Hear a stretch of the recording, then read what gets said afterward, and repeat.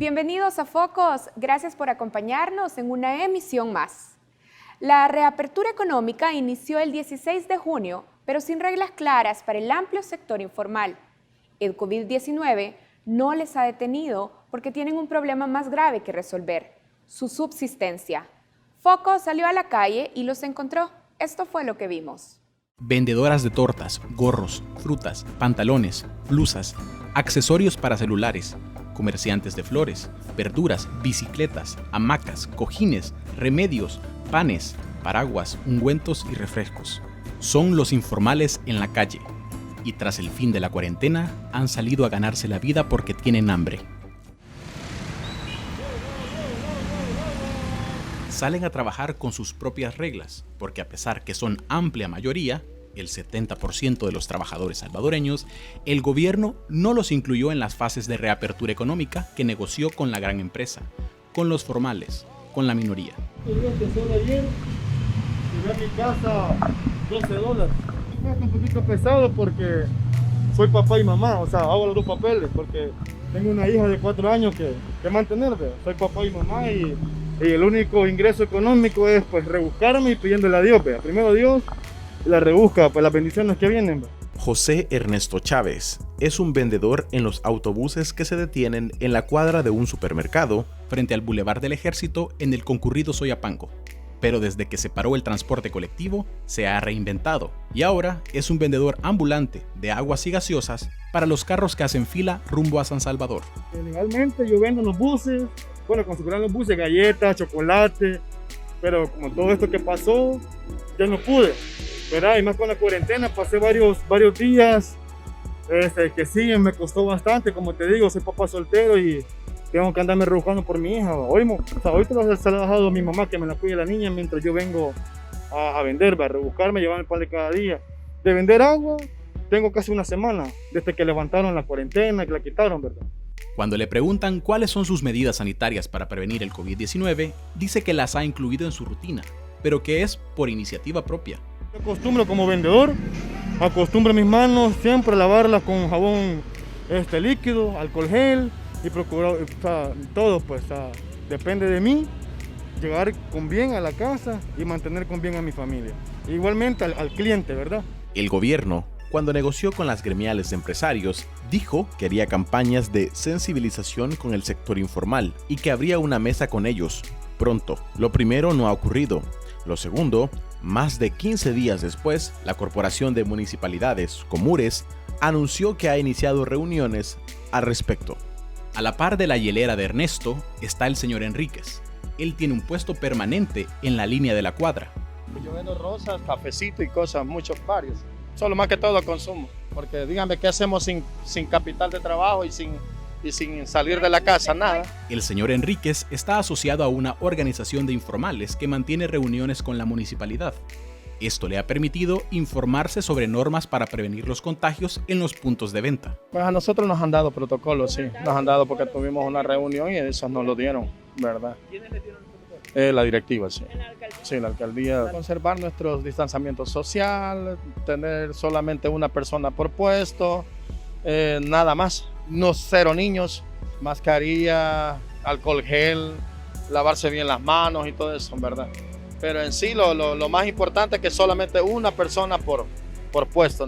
Su vecina de enfrente, Julia, también asociada, tiene una plancha para hacer pupusas y dice que también sigue las indicaciones de la directiva, pero se queja de que la dinámica les ha dejado muy pocas ganancias. Que vendemos productos varios. Yo vendo verduras y vendo pupusas, pero como ahorita que nos estaban dejando solo para llevar no se vendía. Ha bajado la venta que yo $7 he vendido y el día que más bonito está vendo 10. Y a veces que nada. No hay bus, es otro medio que necesitamos. Nosotros tenemos que pagar $2, $3 para viajar todos los días. Entonces nosotros le pedimos de favor al gobierno, vea, que los ayude, que los dé el crédito que dijo que iba a dar. Nosotros somos gente luchadora y vamos a pagar. Julia habla de los créditos que el gobierno anunció de un fondo de $100 millones que servirían para reactivar el sector informal. Pero estos no vendrán pronto y se estima que los informales no podrán cumplir con los requisitos impuestos. Ante el anuncio de una probable nueva cuarentena, Julia también se siente preocupada. Los pocos ingresos que obtiene están en peligro. Quieren poner otros 15 días los vamos a proteger, los vamos a cuidar, pero que nos dejen trabajar es lo que le pedimos al gobierno. A unos pocos kilómetros de la cuadra, en el corazón del centro de San Salvador, José, un vendedor ambulante de cremas, pomadas y ungüentos, la secunda en una súplica. Si ponen la cuarentena, los morimos de hambre. Lo que le suplicamos nosotros a los señores diputados y al gobierno, de que ya no la pongan, hombre. Ya no pongan la cuarentena, los morimos de hambre, además de todo, los morimos de pena moral porque ya estamos acostumbrados a andar en la calle. Aquí lo que vamos a hacer es protegerlos, cuidarlos y tener cuidado. José asegura cumplir con el distanciamiento social, la mascarilla y el alcohol gel, como parte de las medidas del gobierno dictadas a la población en general, pero no a su sector en específico. Y lo que tenemos nosotros es cuidado, no estar muy cerca de la gente ni nada, ¿va? Y como les digo yo, si el gobierno era un bien que quería también, les digo, pero ya cuarentena ya no queremos, porque al ponerla de vuelta los morimos de hambre, ya no la aguantamos. En los casi 100 días de cuarentena, en los que José no pudo salir a vender sus cremas, se sostuvo con ahorros y con los $300 que le entregó el gobierno, pero estos se le esfumaron rápidamente. Me terminé 300 millos que tenía también, $600 me terminé por todo. Y aquí esto es todo lo que tengo. Yo vendo crema combinada, aquí lo que ando son como $20.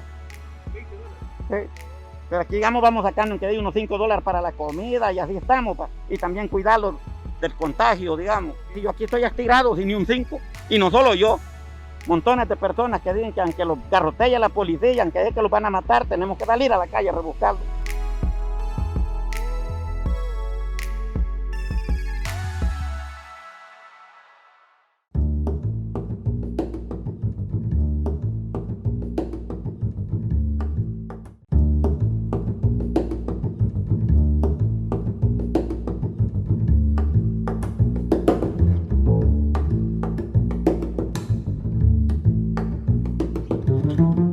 Hoy en la mesa de entrevista de Focos conversaremos sobre el camino a las elecciones municipales y legislativas de 2021.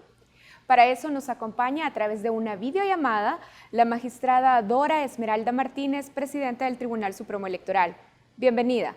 Karen, gracias por la invitación a este programa. Un saludo a las personas que lo sintonizan. Y aquí estamos para responder a las preguntas en torno a lo que es el quehacer electoral en el Tribunal Supremo Electoral. Magistrada, el calendario electoral 2021 está en marcha y el tribunal ha comunicado que mantiene el 28 de febrero como la fecha para las elecciones del 2021. Pero mientras el tiempo corre, también continuamos paralizados por el COVID-19. ¿Cuáles son las actividades del calendario electoral más afectadas por la emergencia que hemos estado viviendo? Bueno, el calendario electoral, que no es más que un cronograma de fases en las cuales se desarrolla sobre el Plan General de Elecciones que se aprobó desde septiembre del año 2019, después de que ya el organismo colegiado acuerda por unanimidad que la fecha de las elecciones serían el 28 de febrero de 2021, la fase siguiente correspondía a aprobar el calendario electoral, el cual venía a darle ejecución a partir de enero. Específicamente una de las fases fue fecha límite 27 de febrero, donde se dio lo que es el cambio de residencia, si quería votar en un centro de votación más cercano al domicilio. Ahí comenzó ya todo lo que son las diferentes fases del calendario electoral. Viene y surge en marzo, específicamente ya desde febrero se hablaba de un virus que estaba su origen en China. Ahí donde nosotros ya que se decreta la primera cuarentena 21 de marzo, si no me equivoco, pero fue en marzo, ahí nosotros comenzamos a ver las posibles, si iba a haber alguna afectación en el calendario electoral. Valga la aclaración, en todos los decretos que se tuvieron a bien aprobar por parte de la Asamblea Legislativa, nunca se suspendieron los plazos electorales. Esto nos dio un margen para nosotros, implementar o ejecutar las siguientes fases que correspondían al calendario electoral. En ese sentido, a la fecha, quiero aclarar esto, no se ha visto un retraso significativo, es decir, que pueda mover una de las diferentes fases que los programas se componen, porque para dar movimiento a un calendario electoral, se va enfocado en las fases que el Plan General de Elecciones se va desarrollando. Son 16 componentes en los cuales cada programa se va en plazos administrativos de que el Código Electoral están establecidos, y es ahí donde nosotros pues hemos podido avanzar. Magistrada, usted decía que ha seguido en marcha el calendario electoral, pero seguimos paralizados por la epidemia. Así es que mi pregunta es, ¿cuáles de las actividades programadas son las más afectadas por la situación? Bueno, hasta la fecha, como no tenemos una claridad, ¿verdad? Hay una incertidumbre, no sabemos cómo se va a hacer el comportamiento de la curva en cuanto a los contagios, si estos van a avanzar, si estos van a disminuir en los siguientes meses que vienen. Y podemos hablar de supuestos, porque hasta ahorita, como lo reitero, no ha habido cambios trascendentales, pero supongamos de que esto pues este fenómeno incida en los diferentes meses que faltan, que son 8 meses que faltan para ya el día de las elecciones.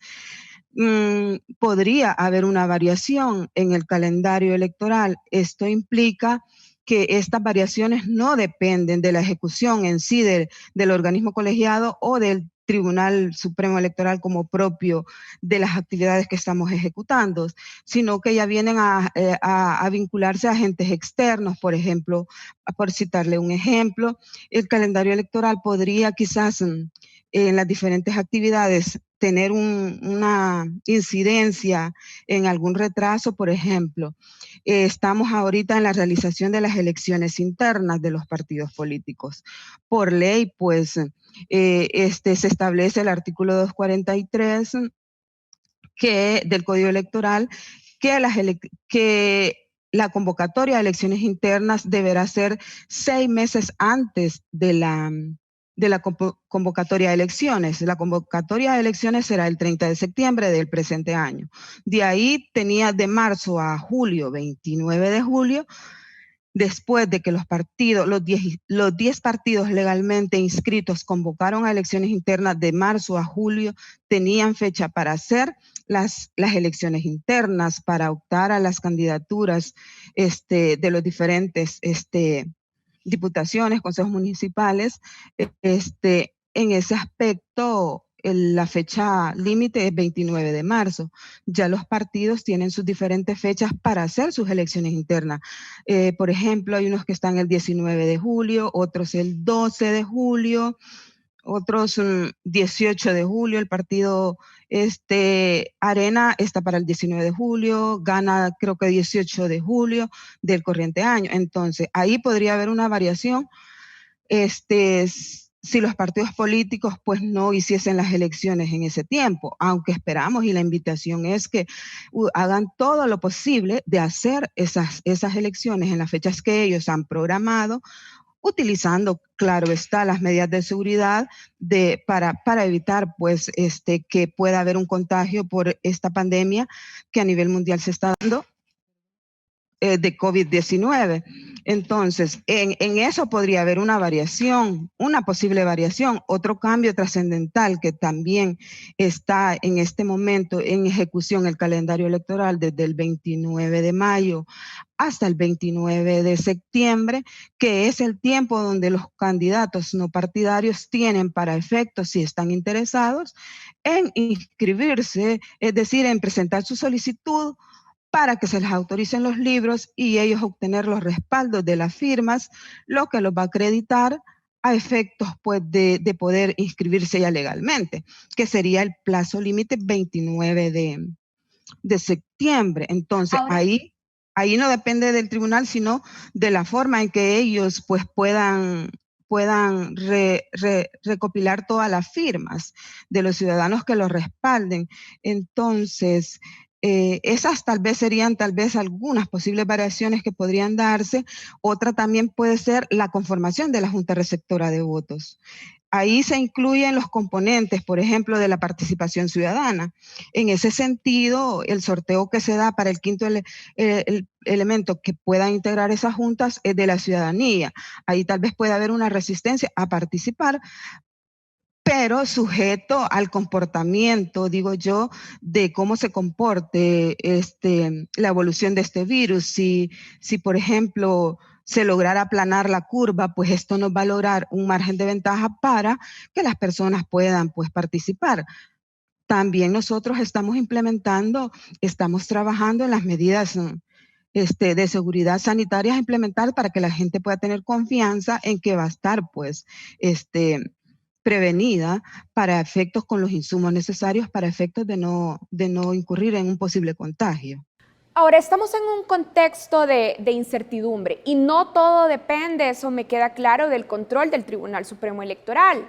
En el caso de que los partidos no puedan realizar las internas o tengamos una nueva cuarentena, ¿qué alternativas tiene si no se logran cumplir los plazos para celebrar las elecciones en febrero de 2021? Bueno, la expectativa es, bueno, que estos partidos pues, puedan hacer estas elecciones en las fechas estipuladas, pero como todo eso ya no depende de la voluntad del ser humano, sino que más depende primeramente de la voluntad de Dios, porque nosotros podemos hacer planes si no sabemos a futuro qué puede pasar. Pero un supuesto que no se pudiese hacer porque por las mismas incidencias que usted establece de que se vayan a cuarentena, estamos hablando de supuestos, podría tal vez darse un margen. Esto lo estoy hablando no como organismo, lo aclaro, sino como presidenta del tribunal, según mi criterio lógico, aplicado a la norma, quizás una ampliación de algún plazo que no vendría a variar en lo más esencial digamos, de tiempos, porque nosotros algo que debemos tener claro es de que las elecciones tienen que hacerse el 28 de febrero de 2021. ¿Esto por qué? Por mandato constitucional. El artículo 124 de la Constitución establece de que el periodo de los diputados para conformar lo que es la Asamblea Legislativa dura 3 años. El relevo de estas personas tiene que hacerse el primero de año del 2021, a tenor de la norma constitucional. Es un imperativo que implica que debe hacerse. ¿Qué tenemos que tener claro nosotros como Tribunal Supremo Electoral? Que las elecciones no pueden moverse de esa fecha. De ahí, si retrocedemos con las fechas calendario que tenemos, se ven complicadas porque para hacer las internas los partidos políticos tienen que hacerse 2 meses antes de la convocatoria a las elecciones. Tenemos 30 de septiembre y esta fecha de 30 de septiembre, que es donde se va a convocar a elecciones, no es un plazo administrativo que el tribunal pues lo hace enfocado a un proceso, digamos, tradicional de elecciones que se ha hecho, sino que ya está establecido en el Código Electoral que se tiene que hacer la convocatoria de elecciones 6 meses antes de la fecha de elecciones. Entonces, todo es un seguimiento conforme a plazos administrativos, que si movemos fecha de elecciones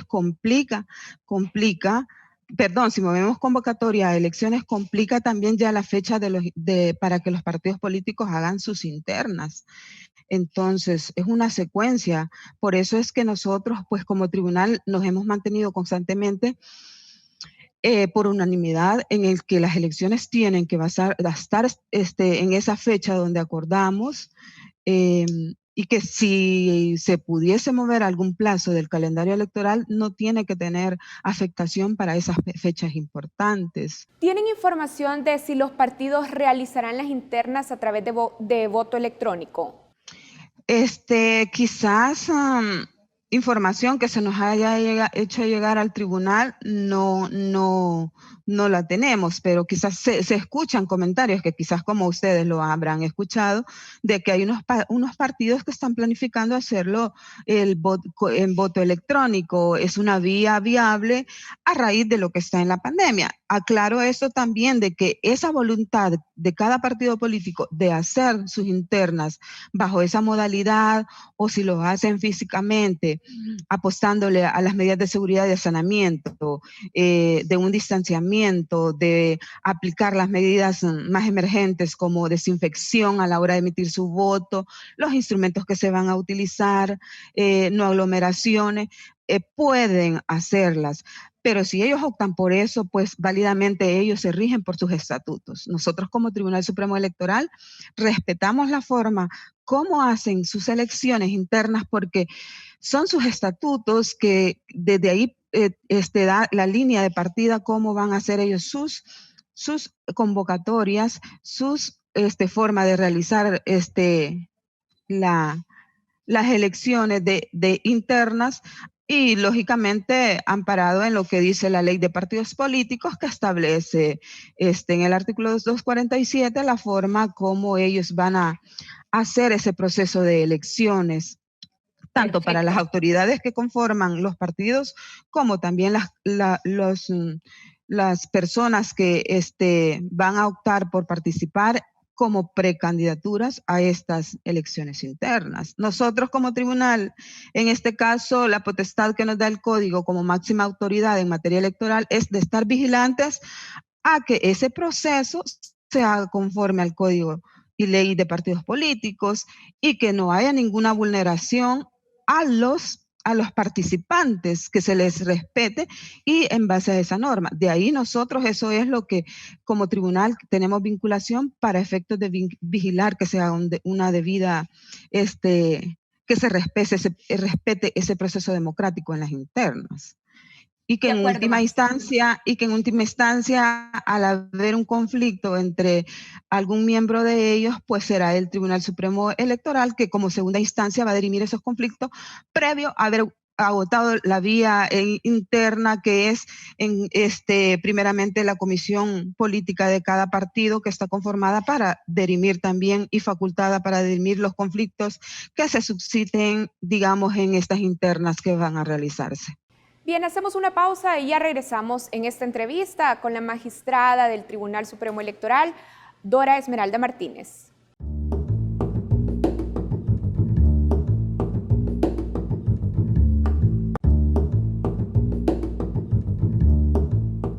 Los partidos políticos tienen hasta el 29 de julio para elegir a sus candidatos a alcaldes y diputados. Este proceso pretende seleccionar a aquellas personas que mejor representen los intereses de todos los afiliados de una organización política. Pero, ¿quién y cómo se garantiza que estas elecciones realmente sean democráticas y transparentes? Veamos. La elección de los perfiles que veremos representarnos en la Asamblea Legislativa y en las alcaldías en el 2021 comenzará a configurarse desde este mes. Antes de llegar a la papeleta, los afiliados de los partidos políticos seleccionan a sus candidatos por medio de una votación interna. En la teoría, este proceso debe respetar los mismos principios que una elección general, pero en la práctica, los partidos políticos no siempre aplican las reglas democráticas dentro de sus propias estructuras. En el tema de la competencia es donde sufren mayores deficiencias los partidos, porque por lo general se observan candidaturas únicas, es decir, planillas únicas las que compiten. Entonces, la militancia tiene menos opciones para elegir. Hay todavía un temor de los partidos, sobre todo de sus cúpulas, de que al haber competencia electoral interna se puede fraccionar el partido, se puede dividir, se puede generar divisiones. Hemos visto que en los que hay competencia, en los que se genera competencia real, algunas veces hay ciertos o se replican algunas de las cosas que vemos después ya en las elecciones generales, que es, bueno, el precandidato en este caso, que logra tener más recursos para la campaña interna, es la que anda moviendo, digamos, a los diferentes liderazgos que tiene el partido en los municipios o en las comunidades en las que viven. Entonces, desde el momento que al interior mismo del partido no hay una regulación en cuanto al tipo de campañas que se pueden hacer, ya eso afecta realmente qué tan competitivas pueden ser.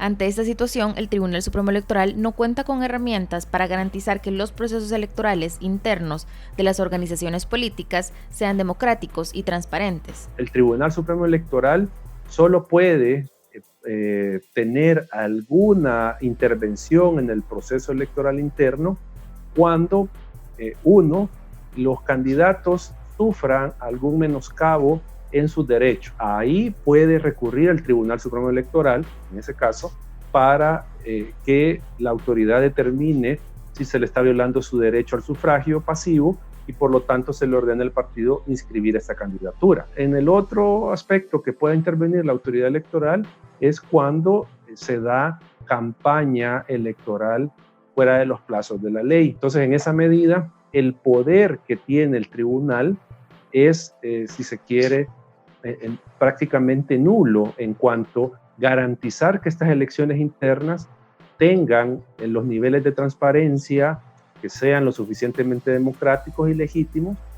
La falta de democracia en las elecciones internas de los partidos políticos no solo afecta a las estructuras partidarias, sino a la representatividad que tendrán los futuros funcionarios de los intereses de la población. Algo que ha pasado mucho en las últimas elecciones y que quizás podría también explicar por qué cada vez hay menos personas acercándose el día de las elecciones a votar, es porque en la misma, cuando las personas ven o se encuentran frente a la lista ya de candidatos definidos, difícilmente encuentran a alguien con quien puedan sentirse identificadas.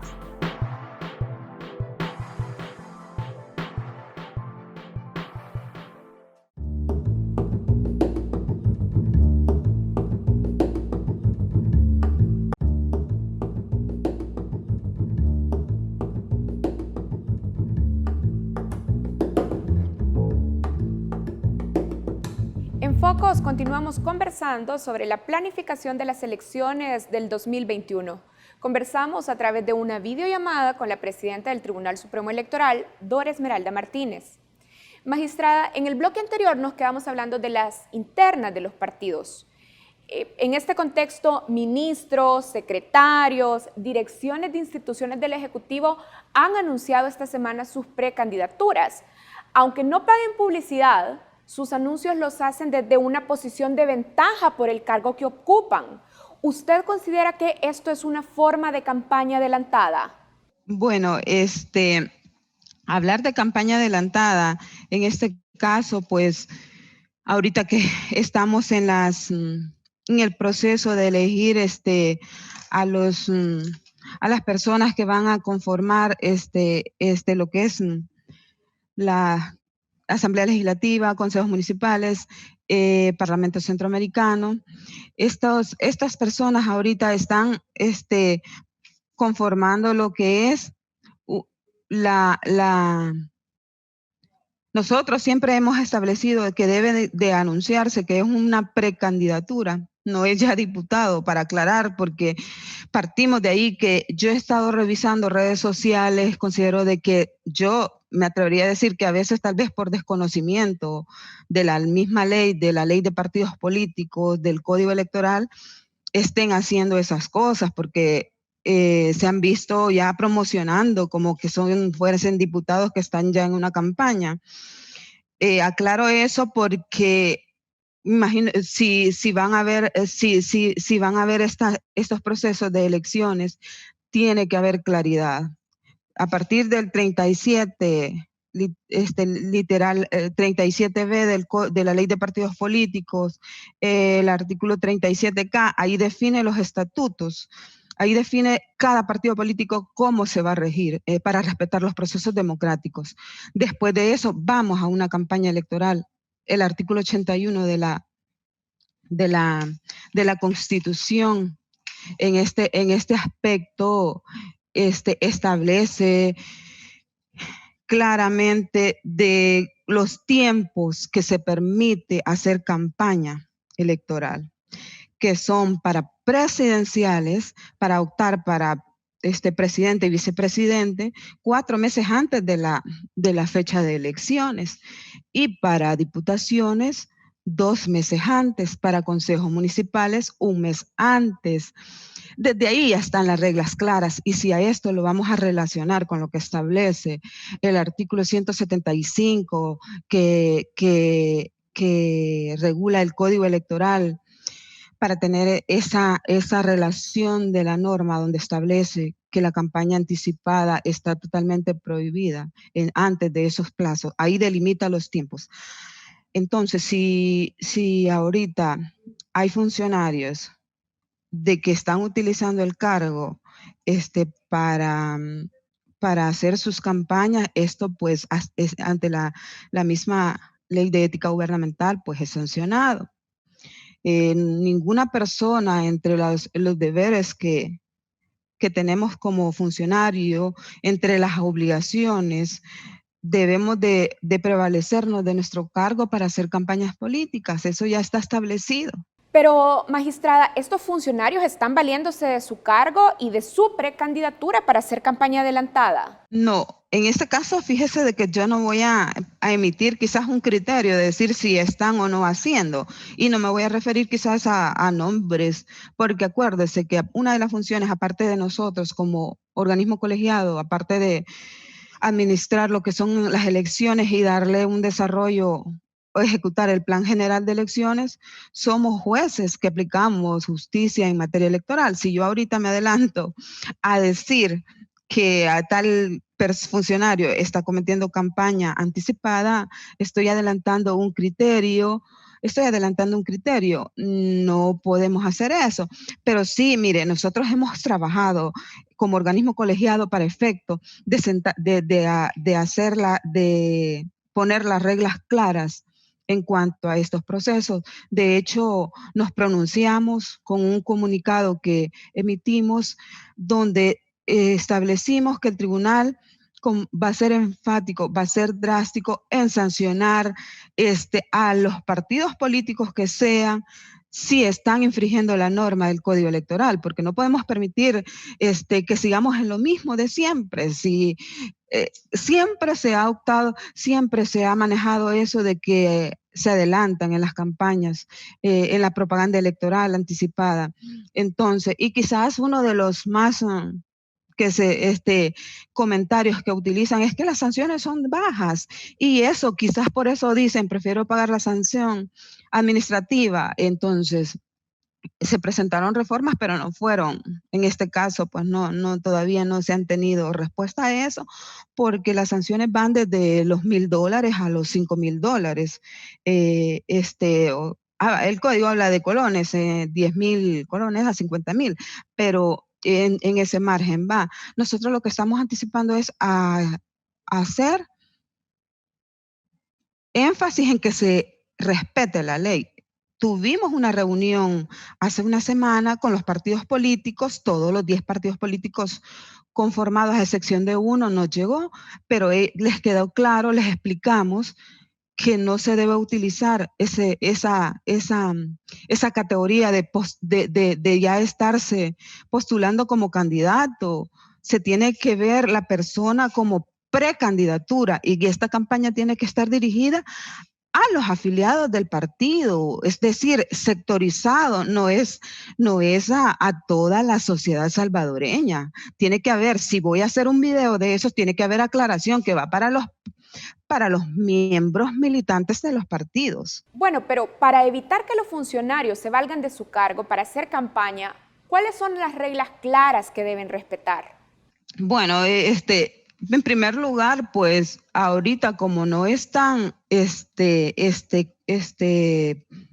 solo están participando a optar por un cargo, por un espacio donde ya ellos puedan competir como diputados, que es un plazo de 1 mes, en este caso, pues es válido que haga su campaña interna, por decirlo así, pero tiene que ser como persona. Yo como Esmeralda, si lo va a hacer por redes sociales, ese es un criterio propio de hacerlo como persona natural, pues no desde una institución, no desde mi página. Por ejemplo, yo tengo un Twitter, mi página como funcionaria, o sea, yo ahí no voy a poner y mezclar mis cosas personales. en ese sentido. Yo como persona, si voy a optar un cargo de una precandidatura, tengo que hacerlo, si puedo hacer una entrevista, pero desligarme del cargo. Entiendo también que se rigen cada quien por sus reglamentos internos, que se pueden pedir permiso, pueden pedir, ¿cómo se llama? O en su dado caso, pues renunciar. Cada quien, ¿verdad? Va a proteger su cargo si se considera, porque acordémonos de que esta es unas elecciones internas donde va a ganar, pues, no todos van a ganar, va a ser uno. Entonces las personas tienen también derecho a conservar su trabajo. Ahí hay diferentes leyes que rigen la forma institucional. Cada institución tiene sus normas y reglamentos internos que se rigen bajo esas circunstancias. Entonces yo quizás un llamado a las personas, funcionarios y personas naturales, porque aquí no solo hablamos de funcionarios, hay que hablar claro. Hay un montón de personas naturales que se están promoviendo personalmente, ya estableciendo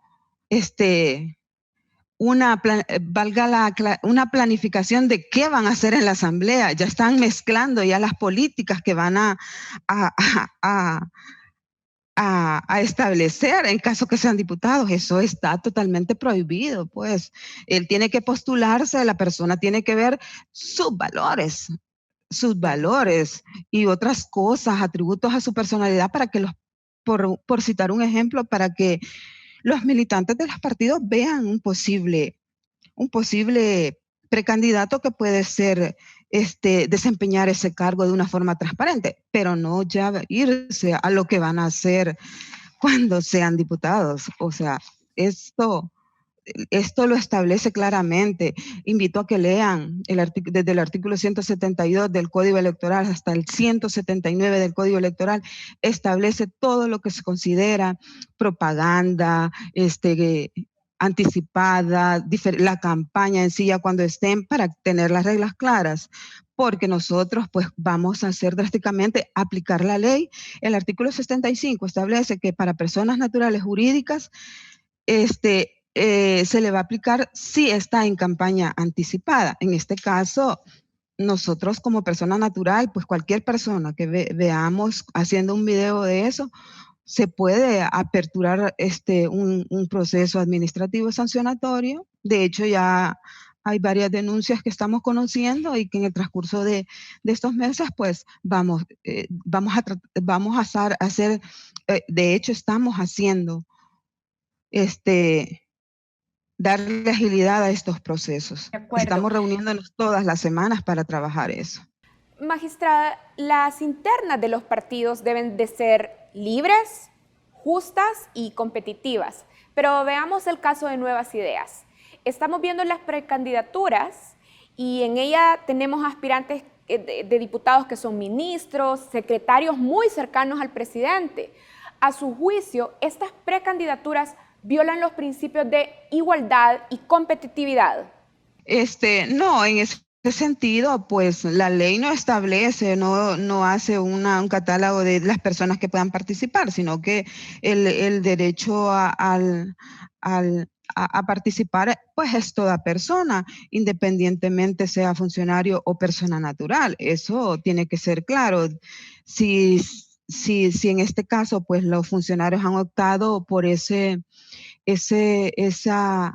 derecho a participar en elecciones internas, porque a ellos les nace de irse por una diputación, consejo o consejos municipales, eso ahí sí sería que estaríamos violentando desde la Constitución el no permitir, pues, por tener una calidad de funcionario. Lo que no es permitido es que se prevalezca de un cargo para hacer proselitismo político en este sentido. Magistrada, pero le hago esta pregunta porque estas precandidaturas tan cercanas al presidente tienen mayor capital político y esto les da una ventaja frente a otros ciudadanos desprovistos de poder y que a lo mejor no son tan cercanos al presidente o a su familia. ¿Esto para usted no viola el principio de competencia que deberían tener las internas? No, bueno, según mi criterio, ¿verdad? Porque acordémonos que cada persona piensa diferente, pero para mí no violenta en ningún sentido eso, porque como vuelvo a reiterar, por el hecho que sea funcionario, no vamos a decir de que una persona pues no va a competir, porque ahí sí se le estaría violentando el derecho a participar en unas elecciones internas, ya que se establecen los requisitos para como persona natural a que pueda competir. Y si reúne los requisitos que la misma Constitución establece, el mismo Código Electoral, para poder pues en igual condiciones competir, lo que no se está permitido es lograr esa ventaja en ocupar el cargo como, por ejemplo, promoverse como persona ya para esa precandidatura. Pero de ahí que por el hecho de ser funcionario se pueda decir que se va a restringir el derecho a que participe en una precandidatura, pues yo lo considero de que ahí sí estaríamos violentando el derecho a la persona en participar, el mismo derecho al sufragio pasivo que tiene toda persona, pues, que le nace en querer, pues, formar parte o ser participante de esas candidaturas a elecciones populares donde, pues, se hace bajo los parámetros que las leyes establecen, respetando la voluntad de, en ese momento, de los militantes, que son ellos los que sí tienen la potestad de elegir a la persona que ellos consideren, pues, apta para ese cargo. Magistrada, en febrero del 2020, el presidente Bukele vetó las reformas que regulan el voto en el exterior. Estamos a menos de 8 meses de las elecciones de 2021. ¿Cuál es el plan del tribunal para garantizar el derecho al voto de los salvadoreños que viven fuera del país? Bueno, en el sentido del voto en el exterior, pues ya no está en manos del Tribunal Supremo Electoral, en tanto que no existe por el momento una legislación que regule estas circunstancias. Hubo un decreto por parte de la Asamblea Legislativa donde pues se le dio la oportunidad a que los compatriotas pues pudieran ser incluidos para efecto de estas elecciones 2021 y participar en estas elecciones de consejos municipales, candidaturas a diputaciones, a Parlamento Centroamericano, pero que este decreto, pues cuando es enviado a la presidencia, el presidente veta en ese sentido esa norma por considerarla inconstitucional. Luego esta es enviada a lo que es la Asamblea Legislativa, donde se supera el veto y posteriormente está en manos de lo que es la Sala de lo Constitucional, la que va a dirimir si es constitucional o no. De ahí, nosotros lo que válidamente vamos a hacer es respetar la decisión de la Sala de lo Constitucional. Si en efecto, pues aunque los tiempos estén comprimidos, ya viene a que esa norma, ese decreto se decide de que es constitucional y que hay que ejecutarlo, nosotros pues vamos a aplicar la ley como tal después de que ya se haya dirimido ese conflicto y en este caso vamos a implementar, por ejemplo, planes, un calendario especial electoral para ese voto en el exterior, presupuesto adicional, porque actualmente los 45 millones que nos dieron como presupuesto no va contemplado lo que es voto en el exterior. Vamos a necesitar un refuerzo especial para efecto de planificar lo que es en ese aspecto logístico, operativo y también tecnológico, que vamos a también a requerir de las instituciones, en este caso para apoyo de que sea implementado, por ejemplo, correos, Cancillería, Ministerio de Relaciones Exteriores y ver qué se puede hacer, pero hoy por hoy, pues como lo repito, no está en manos del tribunal. Nosotros pues somos respetuosos y vamos a esperar que decide la Corte Suprema de Justicia en ese aspecto. Bien, así cerramos esta entrevista. Quiero agradecer a la magistrada Dora Esmeralda Martínez, presidenta del Tribunal Supremo Electoral. Bueno, gracias a ustedes por la invitación. Y por supuesto, gracias a ustedes que nos han acompañado en esta entrevista y recuerden que este contenido y otros pueden verlos en nuestra página web www.focostv.com. Hacemos una pausa, ya regresamos.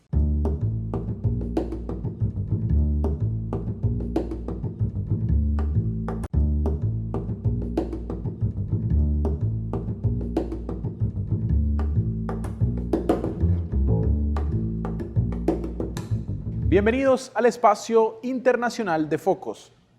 El pasado 18 de junio, Andrés Guardado, joven de raíces salvadoreñas, fue abatido por policías locales en Los Ángeles, Estados Unidos, mientras hacía su trabajo como seguridad en un taller mecánico en la ciudad de Gardena, al sur del condado. Según los primeros reportes, Guardado habría sido baleado en 6 o 7 ocasiones en su espalda, lo que le provocó la muerte. No obstante, la autopsia y las imágenes de videovigilancia de la zona han sido bloqueadas por el departamento del sheriff. El homicidio de Guardado revivió la llama de las protestas por la brutalidad policial contra las minorías étnicas en los Estados Unidos. Organizaciones de derechos humanos como El Rescate han demandado ya una investigación seria e independiente.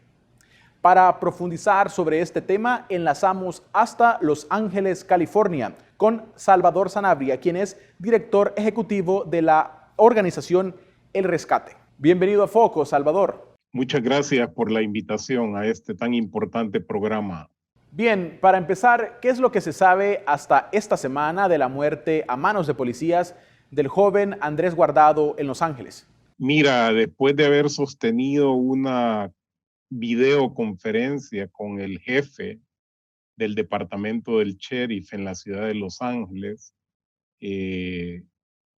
junto con más de 7 organizaciones comunitarias, lo que se sabe es muy poco, dado que la posición del departamento del sheriff y en especial la Oficina de Investigación de Homicidios de ese departamento se ha guardado pues los detalles de la investigación del asesinato del joven Guardado. Las versiones que conocemos, que son principalmente la versión del departamento del sheriff, indica que el joven se encontraba en un vehículo, que al ver una patrulla del departamento del sheriff de Los Ángeles trasladarse en ese vecindario, él corrió.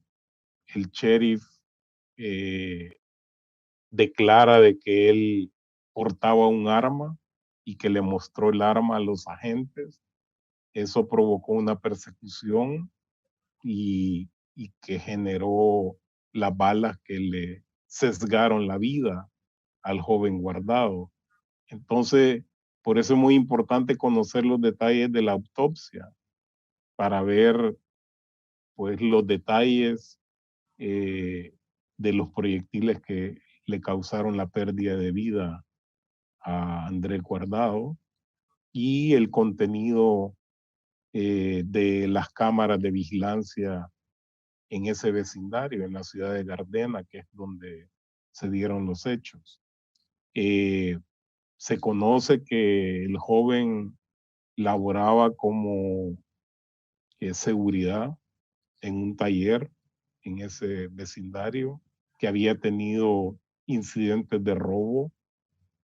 El sheriff declara de que ni tenía licencia para hacer seguridad, ni tenía licencia para portar el arma, que ellos dicen él tenía en ese momento, y que no se encontraba uniformado.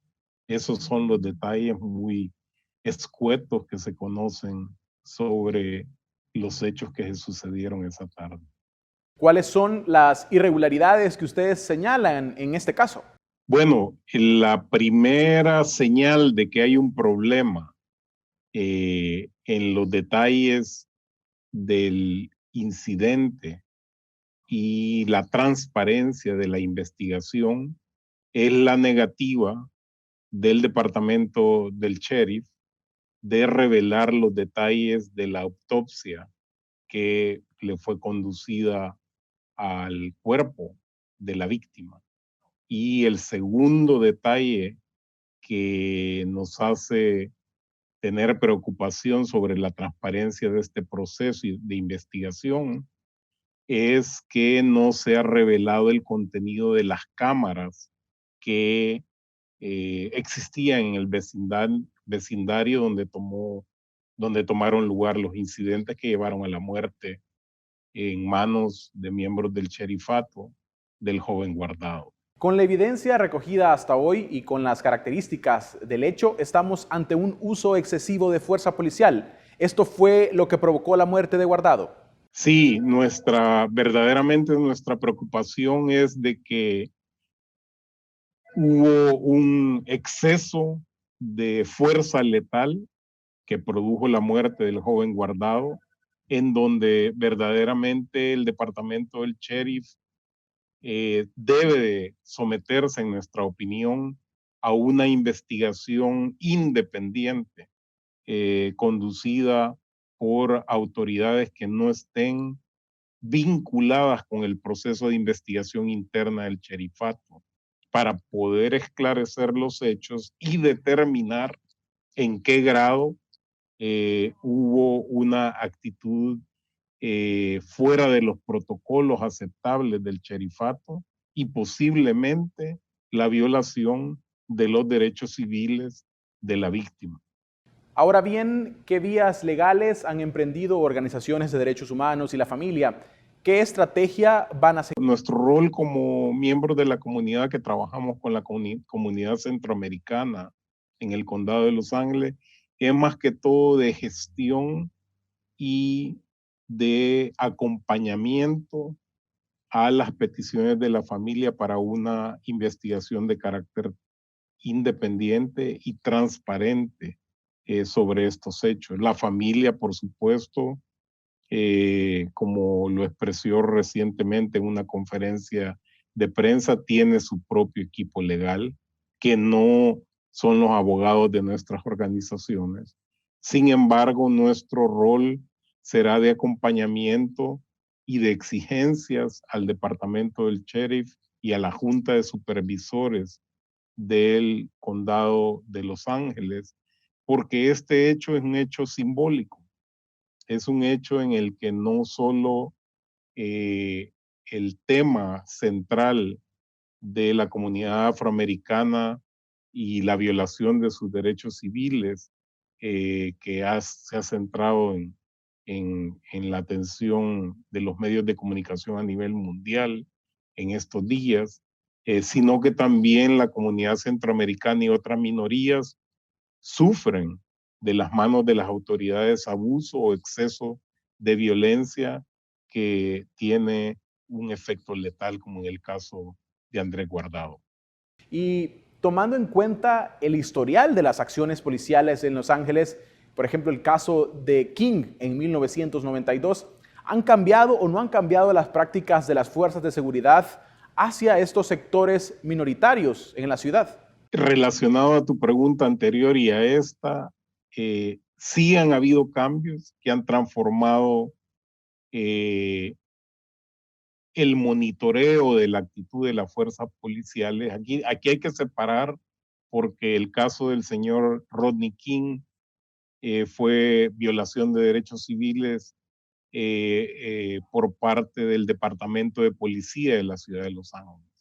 Y en el caso del joven Andrés Guardado, estamos hablando del departamento del sherifato, que es un cuerpo de policía mayor, porque le toca patrullar áreas no incorporadas e incorporadas de todo el condado. O sea, estamos hablando de la zona metropolitana de Los Ángeles, que incluye varias ciudades, incluyendo la ciudad de Los Ángeles. O sea que este es un cuerpo policial que tiene mayor responsabilidad sobre un número de ciudadanos muy grande, y por lo tanto el hecho de que este cuerpo policial no tenga en su equipo tecnología para poder monitorear la forma en que conducen sus labores de seguridad pública, pues es preocupante y es un problema político al mismo tiempo. Por eso nuestra exigencia es de que la seguridad de los ciudadanos del condado de Los Ángeles no esté dependiendo de un pleito político y territorial sobre el control del presupuesto. O sea, le hemos exigido tanto al departamento del sheriff como a la junta de supervisores del condado a que resuelvan este problema lo más pronto posible para garantizar el respeto y la garantía de los derechos civiles de la población. Y finalmente, ¿qué noticias ha tenido la comunidad sobre el acompañamiento del gobierno de El Salvador a través de Cancillería y el Consulado de Los Ángeles para demandar justicia por el caso de este joven de raíces salvadoreñas? Pues yo lo único que te puedo decir es que leí en el portal de Cancillería como un comunicado de parte de la Canciller de la República expresando su preocupación sobre estos hechos, ¿no?, que causaron la pérdida de vida lamentable de este joven. No conozco sobre otros detalles de apoyo en particular que le van a brindar a la familia, pero digo, si existieran los recursos y la voluntad política por parte del gobierno de cómo apoyar la gestión legal que va a llevar adelante la familia Guardado, pues yo creo que sería bienvenida, pero yo en particular no conozco los detalles de una acción por parte del gobierno salvadoreño, excepto esa declaración que leí en el portal de Cancillería sobre la preocupación expresada por el gobierno. Bien, agradecemos a Salvador Sanabria, quien ha estado con nosotros vía telefónica. Muchísimas gracias, Salvador. Muchas gracias a Focus por este importante programa que llevan adelante en El Salvador y el tema que hemos cubierto este día. Bien, así cerramos esta emisión de Focus. Para más información pueden ir a focustv.com. Gracias por acompañarnos y buenas noches.